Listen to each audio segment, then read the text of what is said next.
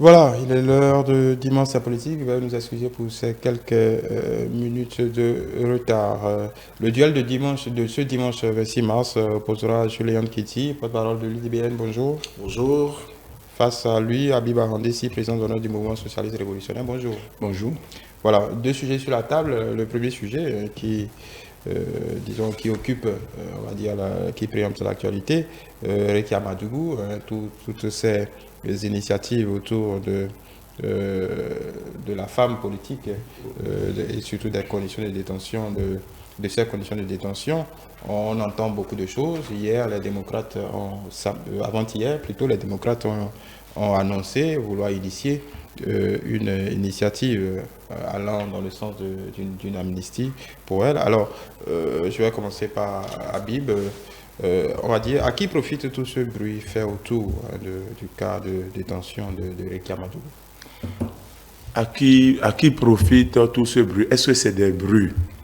Vous avez une détenue politique à qui on arrache tous les droits, même les droits les plus élémentaires d'un détenu. Hein? C'est-à-dire une détenue qu'on pousse à la mort. Je ne pense pas que cela soit vu. Ce n'est pas bien de le voir comme des bruits, plutôt comme des cris, hein, pour sauver quelqu'un qui est en train d'agoniser en prison. Aujourd'hui, elle n'a plus le droit de discuter avec son avocat. Déjà, regardez les conditions. Ne faisons même pas une fixation sur Rekia Madougou. C'est une erreur même de faire une fixation sur Rekia Madougou. Prenez les conditions de détention de tous les détenus, de tous les prisonniers. Vous allez constater que les gens meurent en prison.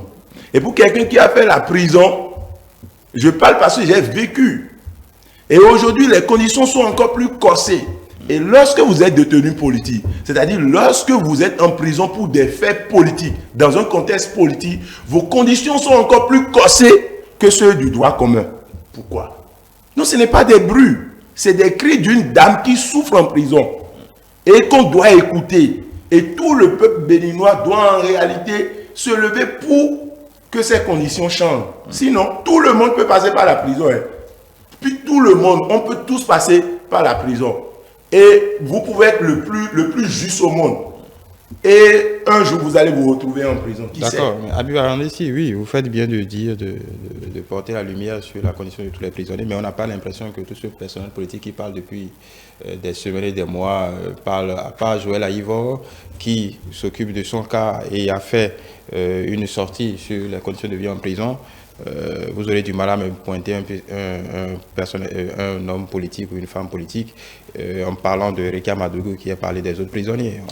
Justement, vous ne pouvez pas demander à un parti politique qui a l'une de ses militantes en prison de forcément faire c'est-à-dire de forcément parler de façon générale. C'est normal de faire une fixation pour un parti politique, c'est normal de faire une fixation. Même pas de façon générale, il y a beaucoup de personnes qui sont en prison dans le sillage de ces événements. Personne n'en parle. Non, mais Rekia Madougou, qu'on le veuille ou pas, c'est une figure. Si nous sommes 10 à être dans la même condition et que Habiba Handessi est dans le lot, c'est normal que déjà qu'on fasse une fixation sur Habiba Handessi. Parce que parmi les 10, la première figure qu'on voit, c'est Habiba Handessi. C'est normal. Moi, quand j'étais en prison pour 6 mois, j'ai été enfermé en cellule, comme beaucoup d'autres prisonniers. Mais quand c'est arrivé hors des 4 murs de la prison, vous avez vu le tollé que cela a fait dans l'opinion. Parce que, qu'on le veuille ou pas, nous sommes tous ensemble dans les mêmes conditions, mais il y a des figures, et quand on appelle le nom de ces figures, ça fait bouger les lignes. C'est de ça qu'il s'agit. Voilà. Julien Kitty. Bon, moi, j'ai coutume d'interroger la loi lorsque je suis face à n'importe quelle situation qui fait polémique. C'est le minimum qui puisse nous mettre d'accord. Est-ce qu'aujourd'hui, on a interrogé les différentes parties qui se plaignent, d'autres qui justifient? Est-ce qu'on a interrogé la loi? Le séjour carcéral est réglementé par des dispositions légales. Une détenue ou un détenu qui ne pose pas un problème à la sécurité des autres détenus. Je ne rentre pas dans le débat de détenus politiques ou pas. C'est-à-dire que si on prend quelqu'un qui est un braqueur, qu'on a arrêté, emprisonné, comme on sait qu'il est violent, et comme on sait qu'il peut tenter beaucoup de choses, même attenter à la vie des autres prisonniers, on peut le mettre dans des conditions extrêmement corsées. Alors, vous pouvez être aussi un ou une détenue qui ne présente pas ces caractéristiques-là. Mais si ceux qui sont au niveau de la garde pénitentiaire, les autorités judiciaires du pays ont des informations qui leur permettent de dire attention, il faut aller dans la prévention d'un certain nombre de choses. Par exemple, qu'on en arrive, pour parler du cas de Rekia Madougou, qu'on en arrive à lui interdire la visite. Bon, en même temps, pour être clair sur ce point-là, jusqu'à aujourd'hui, on n'a pas la qualification du gouvernement, donc on n'a que la parole de maître Agbodjo. Oui, et je pense que maître Agbodjo, vous voyez, quand vous êtes avocat, la fonction d'avocat doit être une fonction libérale, mais vous appartenez à un ordre. Vous allez vous inscrire à un barreau. Ça veut dire que vous avez des obligations par rapport à vos déclarations. Je suppose, jusqu'à 75% au moins, je crédite maître Agbodjo de bonne foi, de qualité professionnelle, qui ne l'autorise pas à déclarer qu'il lui est interdit, qu'il lui est refusé de rencontrer sa cliente si ce n'est pas le cas. Maintenant, ce que maître Agbodjo peut-être ne précise pas, est-ce que, quand on en arrive à dire à un avocat, vous ne pouvez pas rencontrer votre cliente, est-ce que quand il visitait sa cliente, il ne posait pas des actes qui enfreignent au devoir de réserve peut-être autour de ce que... Parce que cela fait suite à une série de publications aussi, parfois venant de Rekia Madougou, qui est détenu. Moi, je me demandais à des moments donnés, est-ce que c'est vraiment de la prison que ces détenus, dits politiques là, écrivent tout ce qu'ils écrivent. Et lorsque j'ai vu pour le cas du professeur Joël Aïvo une lettre dans la forme qu'il faut adresser au ministre de la Justice, et quand ça ne vient pas régulièrement, je pense que ça me paraissait un peu plus élégant.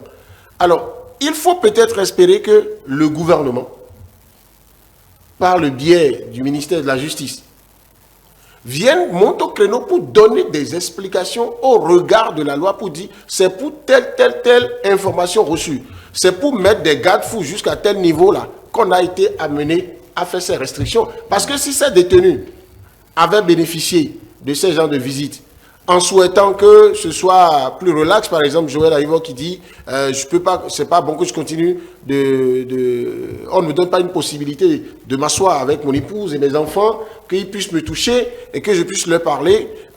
Voilà. Et pourquoi on ne le lui permet pas? Il faut interroger ceux qui ont décidé de cela. Mais tant qu'ils ne vont pas parler, moi, je ne voudrais pas me permettre de dire on le lui fait parce que c'est Rekia Madougou, parce que c'est Joël Aïvo, on a envie qu'il gémisse tout le temps, qu'il meure en prison, comme il le dit. Je ne pense pas qu'il y ait une seule autorité de ce pays qui ait pour vocation à ce qu'un prisonnier, même un simple prisonnier, meure en prison. Qui plus est, et si je reste dans votre logique, monsieur Arandissi, vous-même vous avez démontré que dès que, même si les prisonniers ont les mêmes droits, celui qui a une plus grande notoriété, d'accord, qui a occupé de grandes fonctions et qui est connu de tout le monde, qui a une certaine influence, quand ça le touche lui, ça fait plus polémique. Alors, vous pensez qu'un gouvernement sérieux, des autorités sérieuses, vont préférer que celui dont, si on touche un seul cheveu, ça va faire histoire? Ils vont vouloir que celui-là moisisse ou meure en prison? et qu'on ait des éléments pour les accuser d'avoir causé ça. Je ne pense pas que c'est le cas. Maintenant, Réki Amadougou reste une compatriote. Joël Aïvo reste un compatriote. Et moi, je suis plutôt heureux que on en profite pour parler des conditions de détention de tous les prisonniers. Et je suis d'avis contraire. Lorsque vous dites qu'un parti politique devrait, on peut comprendre qu'un parti politique fasse fixation sur sa militante. Non, le parti politique, en voulant parler de sa militante, si la militante se retrouve dans les mêmes conditions que beaucoup d'autres Béninois, le parti politique est là aussi pour s'intéresser à cette personne-là. Et c'est d'ailleurs la méthode qui aurait pu donner plus de crédibilité à leur démarche. Mais je dis, la démarche des démocrates, la démarche de tous ceux qui montent au créneau pour lui dire, toutes ces démarches-là sont légitimes, parce que ça ne viole pas des lois. Qu'un parti politique dit, revoyez les conditions. Que l'avocat aussi crie, on a déjà vu ça dans beaucoup d'autres pays. Et alors, donc, que le ministère de la Justice puisse parler, et quand ils auraient donné les raisons, quand on va voir que ces raisons-là ne sont pas basées sur les dispositions légales, alors là, on pourra trancher. Et j'ai l'impression que ce besoin de communication autour des décisions prises, de restriction des conditions de détention de ces prisonniers-là, ça commence pas à tarder. Voilà, en attendant d'avoir le son de cloche du gouvernement, on a vu, je l'évoquais en introduction, les démocrates vouloir introduire, ont annoncé vouloir introduire une loi, une proposition de loi d'amnistie pour ces prisonniers-là et ceux qui sont en exil. On a vu le président Soglo faire une sortie hier, on a vu le président Yahi en parler. Comment observez-vous toutes ces actions? Alors, qu'est-ce que vous en pensez concrètement? Nous sommes dans un contexte politique et il faut forcément trouver d'issue politique. Je voudrais revenir sur un certain nombre de points rapidement. Alors, je pense que les démocrates ont fait sortir un communiqué pour condamner pour dénoncer les conditions de vie dans nos prisons. Il y a 3 jours environ. Ils l'ont fait et ils n'ont pas fait seulement fixation sur le militant qui est Réki Amadougou. Et vous ne pouvez pas demander à un acteur politique en prison de ne pas être actif. C'est de l'activisme. Même en prison, on est militant. Et si Réki Amadougou, de temps en temps, dénonce des choses à travers sa page Facebook, cela ne veut pas dire qu'elle détient un téléphone en main. Elle peut envoyer un message, elle peut écrire pour dire par rapport à telle actualité, moi je pense. C'est normal. Vous êtes acteur politique aussi, monsieur Léandre. Lorsque on ne le souhaite pas, je ne vous le souhaite pas. Lorsque vous allez vous retrouver en clandestinité, vous allez forcément faire passer des messages. Nous, on a fait la clandestinité aussi dans ce pays. Quand on a voulu nous prendre, on est obligé de... Mais ça, c'est différent. Oui, non. Quand vous êtes c'est le même contexte, c'est le même cas. Soit quand on est acteur politique et que vous vous opposez à un système super puissant, à des moments donnés, soit vous vous retrouvez en prison, soit vous vous retrouvez en exil ou en clandestinité, ou bien on vous arrache la vie. C'est la règle, malheureusement. Mais en clandestinité comme en prison, vous devez faire savoir ce que vous pensez de l'actualité politique dans votre pays, de l'actualité nationale. Ce n'est pas parce que vous êtes en prison que le droit de vous prononcer sur ce qui se passe dans votre pays vous est arraché. Je ne pense pas. Et ce n'est pas une raison pour casser les conditions de vie. C'est une supposition. Vous savez, les détenus politiques ont toujours eu des conditions un peu plus corsées que les autres détenus. Alors que nous ne détenons pas des armes. Nous ne sommes pas... C'est aujourd'hui, on parle de terrorisme. Un acteur politique qui s'oppose, qui s'oppose à une décision, qui se lève contre des mesures exclusives, on traite cet acteur politique de terroriste. Et jusqu'à les mettre en isolement. Vous savez, ceux qui ont fait 16 mois et qui sont sortis, les gens comme les Nadine Okumansou et autres. Mais les femmes, je parle des femmes, elles sont restées en isolement pendant 16 mois. Vous savez ce que ça signifie? En isolement, c'est-à-dire un bâtiment consacré pour elles seulement. Et elles sont dans le bâtiment. C'est lorsqu'elles veulent aller faire leurs besoins qu'on on les fait sortir pour qu'elles aillent faire leurs besoins. Elles retournent. Alors que normalement, les autres détenus de droit commun peuvent sortir, jouer sur la cour, jouer au basket, au foot, faire des jeux, afin de ne pas tomber dans la dépression. Mais elles particulièrement, elles ont passé 16 mois dans des conditions. Vous ne pouvez pas imaginer si vous ne vivez pas ces conditions. Et nous, c'est-à-dire, pour avoir été là, vous ne pouvez même pas vous lever pour discuter avec quelqu'un, un détenu politique comme vous. On vous surveille. À moins que on vous dépose en cellule. Pourquoi? Quel est l'objectif? Et ce que les acteurs politiques d'aujourd'hui qui ont le pouvoir oublient, c'est que la prison fait partie du jeu politique. Tout le monde peut passer par là.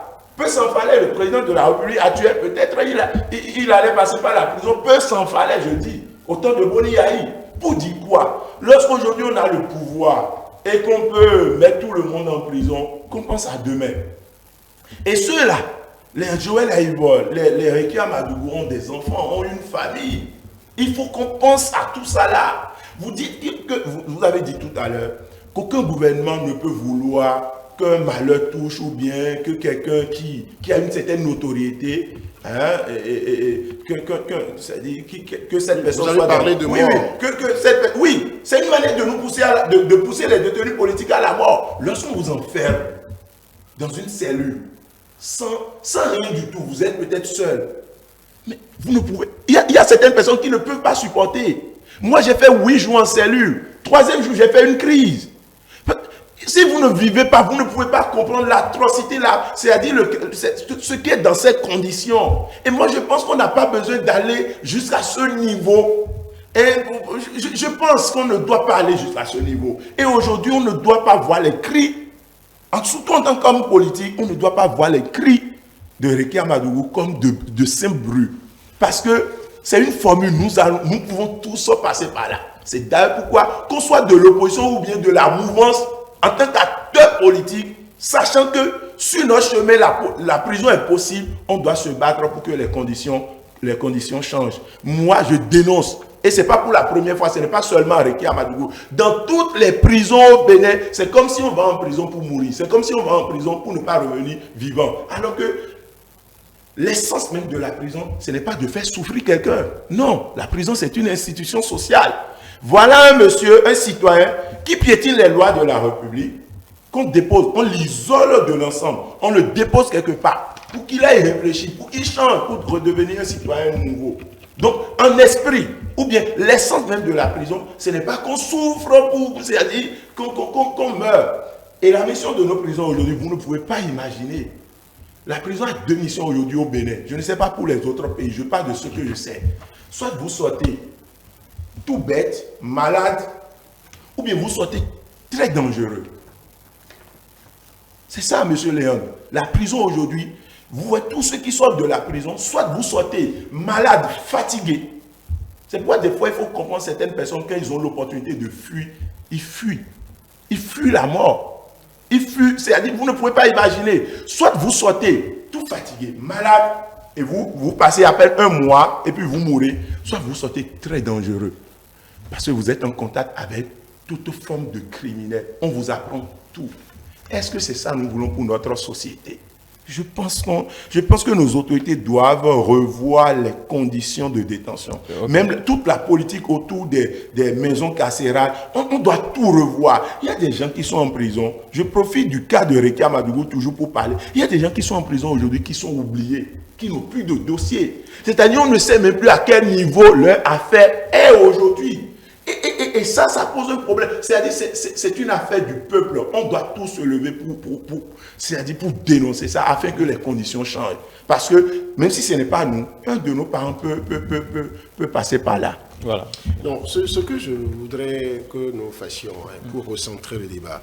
Vous voyez, M. Arandissi n'a qu'à comprendre que ce problème qui se pose doit être analysé sous 2 angles. Du point de vue politique, c'est-à-dire de la bataille politique, c'est-à-dire que des partis d'opposition qui disent oui, mais si un parti d'opposition ou n'importe quel parti politique qui voit un de ses militants privé de sa liberté, si le parti-là ne se lève pas chaque jour pour faire tapage, pour faire pression, pour que ceux qui doivent réfléchir au traitement de ce dossier, pour que... Il y a parfois que quand vous êtes détenu, il y en a qui sont en détention préventive, qui devraient vivre dans des espaces, d'accord, différents de ceux qui sont déjà condamnés. C'est ce que dit la loi. Vous avez des maisons d'arrêt, vous avez des prisons. Alors ici, J'ai l'impression que tout est mélangé.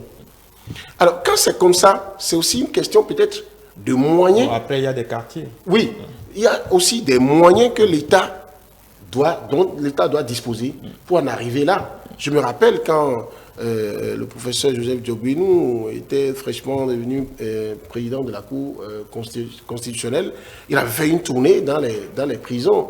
Et l'ex-président de la Cour suprême aussi, Batoko. Et j'ai des informations comme ça, nous sont revenus. Il y a une réforme, il y a très bien. ministre là-bas annoncé il y a quelques temps. Il y a une très réforme bien. La réforme qui est en cours, pendant que la réforme est en cours, il y a des vies humaines qui sont en jeu, il y a des gens qui sont là-bas. Est-ce qu'avec les moyens qui sont là aujourd'hui, qui sont en place, les moyens de bord, on peut faire mieux? Si on peut faire mieux, il y a des gens, mais le ministre de la Justice là doit être le ministre, mais il y a des gens qui sont nommés là, qui doivent appliquer la loi. Maintenant, qu'on cherche à dire, posons les problèmes, dépassionnons les choses, posons les problèmes de saute à voir.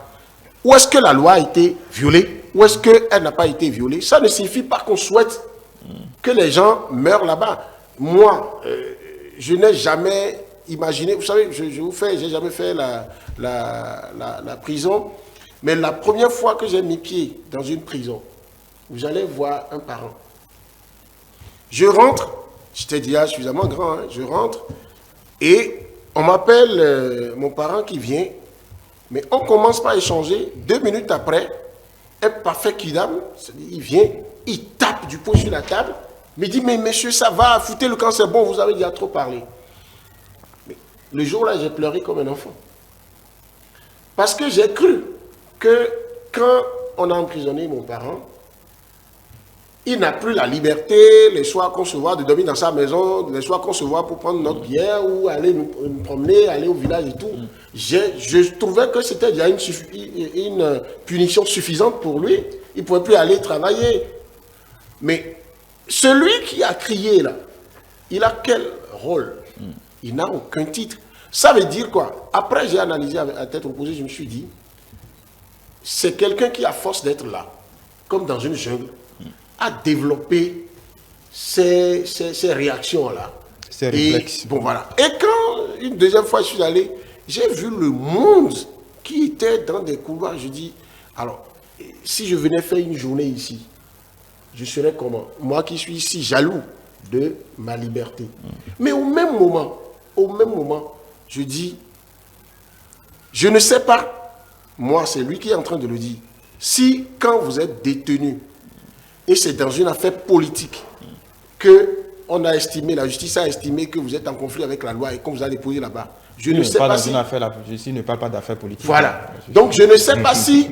Je ne sais... Parce que le problème, la subtilité est là. Si on enlève, on quitte le langage politique, purement politique, on dirait, est-ce qu'on a pris ces personnes-là de leur maison ou de là où on les a interpellés pour aller les déposer directement en prison? Il se fait que la justice, qu'on l'aime ou qu'on l'aime pas, quand elle rend des décisions, elle a la latitude de dire ce n'est pas sous pression politique.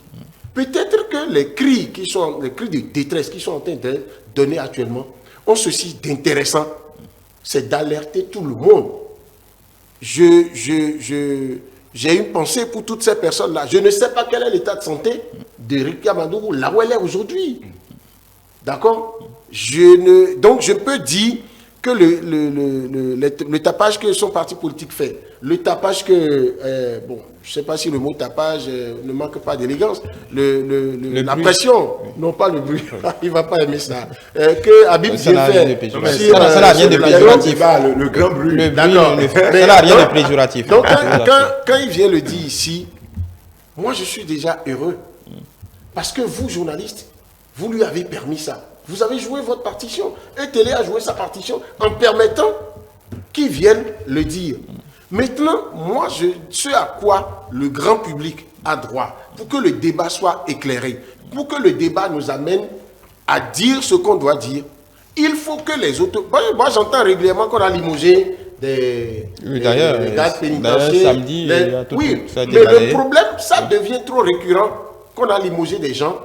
Mais quelle est la communication officielle que les... Parce que j'entends le porte-parole quelquefois là-dessus. Oui, d'accord. Maintenant, ceux qui sont directement chargés de ça. Je veux bien voir le ministre de la Justice aussi venir nous dire Qu'est-ce qui est fait pour que, si moi j'étais à leur place, peut-être que je dis n'importe quoi ou peut-être que c'est interdit aussi par la loi. Si moi, je suis ministre de la Justice, j'ai des détenus en prison qui ont la taille des Rekia Madougou, des Joël Aïbo, la moindre décision prise qui va impacter leurs conditions de détention, je ferai une communication officielle là-dessus. Surtout quand ça respecte la loi. On peut notifier, par exemple, un prisonnier est là, ça veut dire qu'un matin, on vient lui dire, monsieur, avant, vous regardiez, je dis n'importe quoi, vous regardiez votre épouse quand vous visite à travers les grilles, désormais, il y aura une toile cirée qui va vous séparer, vous allez parler, il va vous entendre. On vous réduit déjà les conditions. Mais si on décide de faire ça, mais pourquoi ne pas demander à ceux qui sont habilités à le faire, à notifier à celui-là, pour avoir eu tel comportement, vous méritez qu'on fasse telle chose. Et je dis, les autorités aussi ne peuvent jamais, peut-être qu'elles exagèrent, je ne sais pas, mais Monsieur Léon, personne ne peut changer de conditions de détention à un détenu si rien ne s'est passé. Oui, monsieur Léon, avant que vous n'ayez plus loin, au même moment, il faut pas il faut une clarification. Avant que vous n'ayez plus loin, oui, vous avez fait la prison, vous avez votre expérience de la prison. Oui. Mais bon, on ne va pas s'aventurer sur les règles de la détention pénitentiaire parce que ce sont des choses très techniques et très précises. Oui, justement. Donc, en attendant que les autorités fassent leur clarification, on ne va pas s'aventurer, mais même si je respecte. L'avocat de Rekia Madougou passera tout le temps à dire on veut la tuer, on veut dites ce que vous voulez dire. Alors, monsieur Léon a narré une situation qu'il a vécue. Et vous avez fait 2 minutes. Et puis, les gens vous ont dit stop, fin visite. C'est ça on dit. Alors, et sur un ton qui m'a énormément choqué. Mais actuellement, on ne va pas revenir sur votre expérience personnelle. Non, pas moi, mon expérience. Non, moi, je n'ai pas vécu ce que les gens vivent aujourd'hui. Pour nous, était un peu mieux. Ce qui se passe aujourd'hui, c'est pire. Alors, vous avez fait 2 minutes et vous étiez en contact avec votre proche. Vous avez pleuré. Aujourd'hui, c'est derrière un fil ou bien une barre de fer, vous restez au moins à 30 mètres pour faire la main à votre proche. Imaginez ça. Et on le fait au nom de Covid-19. Et je ne sais pas, il n'y a aucune logique. Vous comprenez un peu? Donc c'est pour vous dire que c'est encore pire aujourd'hui ce qui se passe. C'est-à-dire tu vois ta femme et ton enfant, mais tu les vois à 30 mètres. Vous ne pouvez même pas discuter, il suffit de faire la main. Et à peine vous avez 30 secondes. 1 minute au plus, c'est les policiers qui vous renvoient. Il n'y a pas d'explication à ça. Il faut que les conditions changent. C'est tout simplement ce que moi j'ai. Et par rapport aux détenus politiques, vous savez, les Rekia Madougou, les Joël Aïbo sont des personnalités de ce pays. C'est des personnalités de ce pays. C'est des personnalités de ce pays. C'est pourquoi quand quelque chose, c'est-à-dire touche ces gens-là, que cela fasse la une des journaux, que cela fasse le tour de la discrimination. Ce n'est pas une question de discrimination. Nous sommes, c'est-à-dire au sein d'une population ou bien au sein d'une masse, il y a toujours des figures, il y a toujours des leaders. Mais quand c'est arrivé au candidat, au président de la République, Patrice Talon, dans l'affaire de 2011-2012, vous avez vu, ça a fait un grand bruit, c'est normal. On a mis aux enchères, je pense bien, on a mis en vente les biens de celui qu'on appelle KGB. On a mis également en vente les biens de celui qu'on appelle Sébastien Diabon. Mais le bruit que les biens mis en vente de Sébastien Diabon, le bruit que cela a fait, ce n'est pas le même bruit que pour KGB a fait. C'est normal que quand vous avez des figures qui sont touchées par des événements, que cela fasse le tour de l'actualité. Donc le fait de dire que non, c'est une discrimination, non, c'est tout naturel, c'est tout naturel. C'est tout naturel et on doit les écouter. Voilà. Donc voilà, oui. Je pense que c'est des issues politiques. Et je pense que le gouvernement, c'est une main tendue au gouvernement. Et le gouvernement doit saisir cette opportunité. Oui. Sauf que je ne suis pas dans... je pense que nous devons trouver le juste milieu pour que tous ceux-là qui sont aujourd'hui en détention pour des faits politiques dans un contexte politique. Bon, selon vous, oui, pour des faits politiques, ils ne sont pas allés voler, on les a pris. C'est toujours. Et dans aucun pays démocratique en Afrique, la justice est distincte du pouvoir exécutif. Arrêtons de faire semblant. Oui, non. Il y a ce qui doit être, il y a ce qui est. Et ce qui est, c'est que le pouvoir exécutif a une influence terrible sur le pouvoir judiciaire. Quelqu'un qui ne reconnaît pas ça, c'est une manière de décider de ne pas voir la réalité en face. Voilà. Vous avez la non, mais c'est comme ça. Le ministre de la Justice fait partie du gouvernement. Le président est appelé premier magistrat du pays. Mais qui nomme les procureurs de la République? Donc, il y a une influence terrible de l'exécutif sur le pouvoir judiciaire. Même si aujourd'hui on dit que non, la justice fait son travail. Finissez sur cette initiative de... Voilà, donc je pense que c'est normal.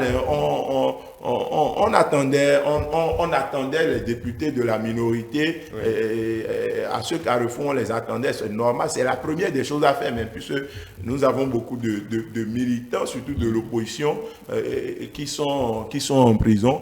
Et sans vouloir présager de l'avenir, l'issue de ça que propose la minorité au Parlement aujourd'hui, c'est une loi sur l'amnistie. Oui, une question avant de vous donner la parole par rapport à cette initiative. Sur les chances que cette initiative prospère. Je vous pose la question d'autant plus que on a vu ici, au-delà de tout ce qui a été dit pendant la campagne, on a vu lors de l'installation de cette législature, tout ce qui a été comme... On se souvient de ce discours de Nourenou Atchadé, on a traité les députés de la mouvance de tous les noms. Aujourd'hui, on veut que ces mêmes députés, qu'on a insulté de tout dans ce pays, on veut que ces mêmes députés s'asseyent avec eux et aillent consentent à travailler de concert. Après avoir planté ce décor-là, j'oublie tout ce qui a été dit pendant la campagne et j'oublie tout ce qui... On peut juste s'en tenir à ce qui a été dit à l'installation de cette... Comment vous entrevoyez cette cohabitation qui a déjà mal commencé? Je comprends un peu votre question. Vous êtes journaliste. Nous sommes des acteurs politiques. C'est normal. Ne soyez pas étonnés même que des députés de la mouvance aillent voter cette loi. D'ailleurs, parce que M. Léand et moi, ici, on se donne des coups de patte. Qu'à la sortie d'ici, on ne va pas se voir et boire. Et décider même d'être non, personne n'a dit ça, ils ne sont pas ennemis. Non. Vous savez, le jeu politique reste le jeu politique. C'est un cadre bien défini, avec ses règles, avec des positions, avec des rapports de force et autres. Ce n'est pas comme en famille, quand tu insultes ton frère, que après tu viens lui demander, son frère te dit, tu m'as insulté tout à l'heure, donc je ne te donne pas. Ce n'est pas ça. Le jeu politique, c'est autre chose. Donc vous êtes journaliste, vous ne pouvez que prendre ça. Non, les députés qui ont attaqué leur homologue de la mouvance, qui initie une loi sur l'amnistie et demande à ces mêmes députés, oui, ils peuvent voter, parce que c'est le jeu politique. Ce n'est pas parce qu'on s'attaque sur ce point-là que sur un autre point, on ne peut pas se comprendre. Non, on ne s'est pas attaqué sur un point. Oui, mais c'est d'une certaine complexité que seulement les hommes politiques peuvent comprendre. En fait, ils vont bien sûr voter, ils peuvent voter comme ils peuvent ne pas voter. Et cela ne sera pas lié aux attaques et aux critiques des députés de la minorité. Vous faites semblant, vous faites un peu le naïf, ça ne vous ressemble pas. Ce n'est pas juste des attaques. On a cette opposition a passé son temps à délégitimer ces députés-là, à les vider de leur essence. C'est normal. Donc ce n'est pas juste une attaque sur un point précis. Politiquement, c'est normal. D'accord. Politiquement, c'est normal. C'est pourquoi la politique va toujours étonner. D'accord. La politique va toujours étonner. Regardez en France, voilà un monsieur, Mélenchon, je pense bien, qui a passé tout le temps à tirer sur Macron. Tirer sur Macron, mais qui au deuxième tour demande à tout le monde de lâcher Marine et d'aller porter le choix sur Macron. Comment vous expliquez ça? C'est le cadre politique, c'est d'une certaine complexité. Il faut être dedans pour comprendre. Non, moi je pense que l'initiative des députés de la minorité, je pense que ça relève d'une prise de conscience par rapport à ce que j'appelle les rapports de force en politique. Vous savez, ceux qui ont suffisamment réfléchi au jeu politique ont dit dans cette matière, entre la vérité et l'idéal que vous portez et la réalité des rapports de force, c'est le deuxième facteur qui est primordial. En toutes circonstances, comme sur un champ de bataille de l'armée, il faut voir les rapports de force. Vous êtes, et c'est là où il faut peut-être comprendre Habib quand il vous dit, ne faites pas de la fixation sur les attaques du début. Quand vous voulez lancer des hostilités, vous faites comme des tirs de sommation. Vous tirez même quelques armes sophistiquées, avec quelques armes sophistiquées pour donner l'impression à l'adversaire que s'il a des pistolets automatiques ou des AKM, des PKM avec lui, vous avez des obus. Même si peut-être que vous n'avez que 2-3 obus, lui, il fait un repli tactique pour aller réfléchir pour voir si vous n'avez pas une cargaison d'obus. Oui. D'accord? Vous pouvez, même si vous n'avez pas encore acquis le Satan 2, lui dire que vous en avez. Donc, j'ai vu les déclarations du groupe parlementaire des démocrates là. Au début, j'étais de ceux qui avaient trouvé ça un peu trop fort aussi. Mais, si on sait comment les élections sont passées, ils ne sont pas exempts de reproches. Il y en a parmi eux qui ne sont pas si opposants que ça. Ne refaisons pas ce débat. Mais quand on tombe là-bas et qu'on fasse un discours qui demande même certaines choses quasiment impossibles, qui diabolise les autres, je pense que ça ne va pas empêcher que si l'initiative que la loi leur donne en tant que député de proposer une loi d'amnistie, oui, il y a des négociations qu'ils vont faire avec les députés de la mouvance présidentielle. Parce que 109 députés, il faut bien plus que 25 pour pouvoir faire passer ça. Et si on fait passer cette loi, qu'est-ce qu'on ne comprend pas amnistie? C'est-à-dire, ok, justice, nous avons pris acte de votre sentence. Arsenal juridique, nous avons compris, si vous avez une âme, nous avons compris que ces personnes-là sont convaincues, en tout cas au terme des décisions de justice, de faire répréhensible au regard de la loi. Mais pour l'amélioration de notre vivre ensemble, pour que nous nous portions mieux, puisque le travail de la justice, du pouvoir exécutif, du pouvoir parlementaire, de tous les citoyens, concourt en principe à un meilleur vivre ensemble. Parce qu'on ne fait pas la politique pour que le Bénin disparaisse. On ne fait pas la politique pour que les Béninois, les frères et sœurs, ne puissent plus se saluer, ne puissent plus vivre ensemble. Alors, donc, s'ils discutent avec eux pour dire, mais regardez, dans ces prisons-là, au-delà de Rekia Madougou, au-delà de Joël Aïvo, mais vous avez peut-être d'autres personnes aussi qui sont là-bas. Vous avez forcément des parents dedans. Vous pensez que les députés de la mouvance présidentielle qui sont là, il n'y en a pas qui sont des parents directs à ces prisonniers-là? Il y en a. Moi, j'ai des parents directs qui sont dans d'autres formations politiques, qui ne parlent pas le même langage que moi. Qu'on en arrive à ce que je vois l'autre dans une situation complètement déplorable, qui peut même lui coûter la vie, si on ne sait pas le faire, eh bien, on peut aller à ce vote-là. Donc, si les négociations se font correctement et qu'il y a moins de tapage, pendant ce temps, vous avez de ces militants. Ça existe dans la mouvance présidentielle également. Vous en avez beaucoup dans l'opposition. Vous avez de ces militants, beaucoup qui sont rentrés en politique par accident, il suffit que les leaders donnent les signaux et qui se permettent d'aller dans les médias ou sur les réseaux sociaux pour faire des déclarations qui enveniment la situation. Que pendant qu'on est en train de négocier ça, pour qu'on en arrive à une loi, à l'adoption d'une loi d'amnistie, pour que ces détenus-là puissent recouvrer leur liberté, que quelqu'un vienne, par exemple, commence par faire des déclarations qui vont amener ces députés de la mouvance présidentielle à dire à leurs collègues de l'opposition, mais écoutez, vous venez discuter avec nous pour nous expliquer, non pas pour faire c'est la balèque ou bien pour dire nous agenouillons, non, c'est pour vous expliquer le bien fondé, la pertinence de cette proposition de loi-là. Et après, vous envoyez vos chiens de garde en train de nous mordre pas derrière. Donc permettez-nous d'aller nous reposer aussi. Pendant ce temps, les autres sont en prison. Maintenant, quand on aura fini de faire ça aussi, la négociation, ce n'est pas qu'avec les députés de la mouvance présidentielle, qui après tout aussi se regroupent et discutent avec leur mentor. Ne nous voilons pas la face. Mais il faut discuter aussi avec ceux qui tiennent le pouvoir exécutif aujourd'hui.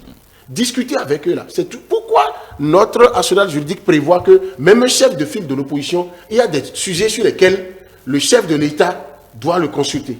Que le chef de file de l'opposition, quand il a fini de jouer son rôle à l'Assemblée nationale, je ne sais pas, il n'est pas encore installé peut-être dans, pour le moment, ce rôle. Pour l'instant, c'est encore Paul Humpé. Oui, mais que ce soit Paul Humpé ou Éric Mundete, c'est l'institution.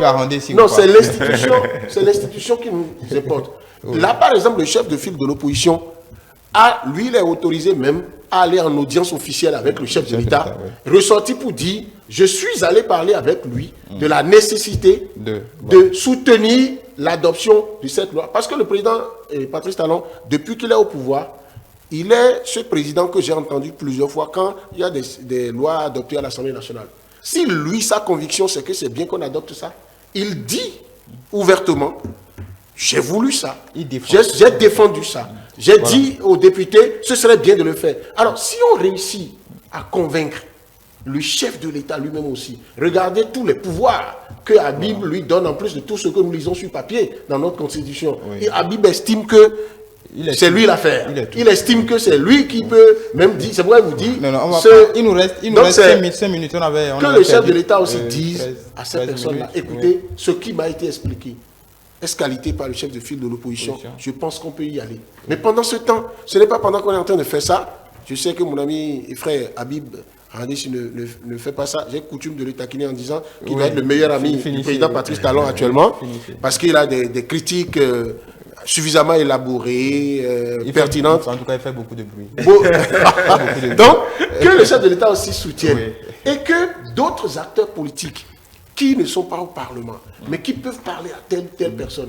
Si c'est fait, ceux qui sont là-bas, s'ils sortent, et qu'eux-mêmes ne prennent pas ça comme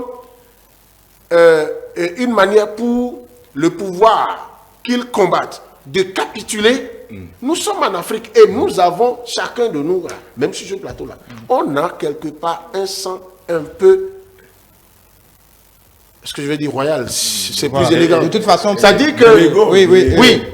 Kitty, on va ce sujet va faire beaucoup parler parce que de toute façon, hier, par exemple, le président Soglo a annoncé se faire inviter. Oui, mais cette affaire, je ne comprends pas. J'ai lu aujourd'hui qu'il est allé au palais de la présidence et il n'a pas bien reçu par le président. Est-ce que c'est vrai ça? Je ne sais pas. Je pose la question comme ça. Moi, ce que j'ai lu, c'est qu'il annonce aller vouloir se présenter. Non, mais ça pour se faire recevoir. Non. Bon. Il a été dans cette charge. C'est ce que dit souvent le président Talon. Quand vous avez été dans une charge, d'accord, même quand il faut respecter le président ne se voit Dieu donner Soglo, non seulement comme un ancien président, mais quelqu'un qui réagit plus c'est-à-dire qu'il réagit comme un père aujourd'hui. Il prend le président de la République, Patrice Talon, comme son fils. Donc, il peut aller le voir à la maison. Il peut aller le voir à la maison.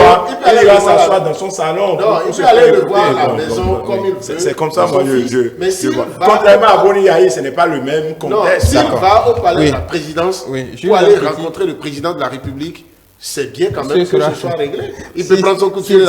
Si tu es parole, ce sera quand même une scène cocasse à voir. Bon, une marche, un sit-in. Julien Kitty, on va finir, il nous reste exactement 3 minutes. On a vu le président de la République, juste, je veux que vous prononciez en une prise de parole chacune. Je disais le deuxième sujet, pendant ce temps sans travail, parce que c'est vrai que cette question capitalise un peu, disons, la scène médiatique, on en parle beaucoup, mais pendant ce temps, le pays n'est pas à l'arrêt. On a vu le président sur divers chantiers cette semaine, le marché, ce grand projet à Calavi, dans la Zopa, le marché de gros qui devrait servir à décongestionner toute la partie d'un Tokpa. On voit que le projet évolue bien. Après, il y a ce camp militaire à Lada qui, à la surprise générale, est en fonctionnement depuis 15 mois. Et voilà, c'est les logements sociaux dont devrait bénéficier le personnel militaire de cette région et puis dans d'autres régions militaires. Mais je pense qu'il faut saluer cette décision je vais faire peut-être... Oui, faites vite, faites court. Je vais faire dans un langage assez osé. Il faut court. se réjouir de ce que le chef de l'État, le président Patrice Talon, enfin accepte de plus en plus comprendre que quand on est chef d'État, on est aussi un outil ou un objet de communication. Il s'est trop caché sur des réalisations données. Qu'il sorte pour aller sur ce chantier-là, c'est très important pour l'image du pays et du gouvernement. C'est très important également pour booster ces projets-là. Et ça veut dire qu'avec toutes les polémiques qu'il y a dans le pays aujourd'hui, il sait très bien qu'il doit avoir sa main sur le frein et savoir qu'il en a jusqu'en 2026. Et 2026, c'est très proche. Et des projets comme ça qu'il a, qui se réalisent, qui avancent, quand lui-même il descend là-dessus, c'est une autre image du pays qui est présentée également. Et surtout que ce n'est pas pour aller, comme quelqu'un l'a fait dans ce pays, tester la solidité des bitumes avec le doigt. C'est pas pour aller poser les premières pierres. Je ne l'ai pas vu poser les premières pierres. Vous regardez, on parle du camp militaire d'Alada qui est fonctionnaire depuis, mais on ne vous en parlait pas. Donc qu'il aille voir et qu'on sache que oui, il a dit qu'il va le faire et que ça évolue bien.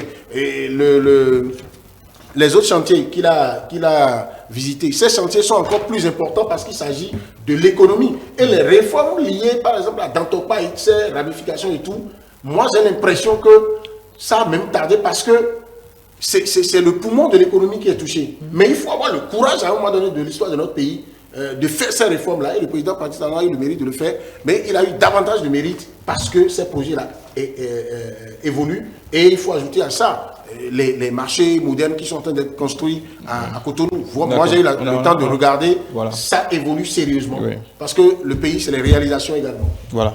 Juste pour finir. Faites court comme lui. Alors, on ne peut pas apprécier le déplacement. Sinon, le mouvement du chef de l'État, on ne peut qu'apprécier. Rester entre les quatre murs de son bureau, c'était pas bien, c'était à condamner, c'était à dénoncer. C'est son rôle d'être sur le terrain. C'est un serviteur du peuple. C'est heureux qu'il sorte. Oui, mais il doit sortir, il devrait sortir. C'est son rôle de sortir. C'est ce qu'on lui a dit. Mais c'est le pouvoir qu'on lui a dit. On lui a dit de sortir. Oui, on lui a dit de sortir. Lorsqu'on allait dans les villes, c'est ce qu'on lui a dit. Va, circule, vois ce qui se passe dans tel ou bien tel quartier. C'est le rôle du chef de l'État. Donc, on ne peut qu'apprécier, c'est normal. Maintenant, ce qui n'est pas encore fait, le cri de la population, il faut que nous puissions les prendre en considération et qu'on les traite avec une certaine attention. Il y a beaucoup de choses qui ne sont pas encore faites. Et je pense qu'en 3 ans, il peut mettre le paquet pour le faire beaucoup. Voilà. Merci beaucoup Habib Arandessi. Je rappelle que vous êtes président d'honneur président du mouvement d'honneur. C'est pénal. Habib Arandessi, s'il vous plaît. Habib Arandessi, je rappelle que vous êtes président d'honneur du mouvement socialiste révolutionnaire. En face, Julien Kitty, porte-parole du parti UDBN. À ma suite, vous allez avoir droit à l'hebdo des éditorialistes avec Théodule Moussa et ses invités.